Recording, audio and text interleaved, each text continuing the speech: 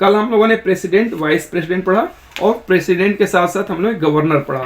Salient feature में ये था कि जो हमारी संविधान है उसकी मुख्य विशेषताएं क्या हैं। इसमें 7-8 हेडिंग दिया गया था और उस हेडिंग में पूरी तरह से संविधान को समझाया गया था किस खंड में किस किस बातों की चर्चा किया गया है।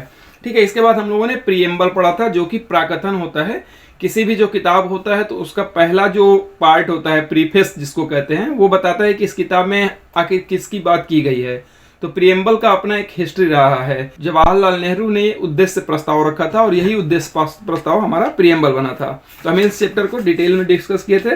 फिर हमने कल जो है directive principle of state policy, जो राज्य के नीति निर्देशक तत्व हैं, हम लोग इस पे बात कर चुके हैं। फंडामेंटल राइट जो है उस पर थोड़ी सी बात किया गया है, उसको डिटेल करेंगे क्योंकि वो बहुत इंपॉर्टेंट है।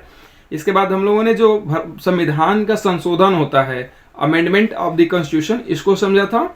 इसी के साथ साथ हमने बेसिक स्ट्रक्चर समझा था, क्योंकि जो संविधान में कुछ ऐसी बातें हैं जिसको नहीं बदला जा सकता, अगर बदलेंगे तो सुप्रीम कोर्ट उस पर रोक लगाता है। उस बात को बेसिक स्ट्रक्चर कहते हैं। हमारा सुप्रीम कोर्ट डिसाइड करेगा कि बेसिक स्ट्रक्चर क्या होता है। कल हम लोगों ने प्रेसिडेंट, वाइस प्रेसिडेंट पढ़ा और प्रेसिडेंट के साथ साथ हम लोग गवर्नर पढ़ा।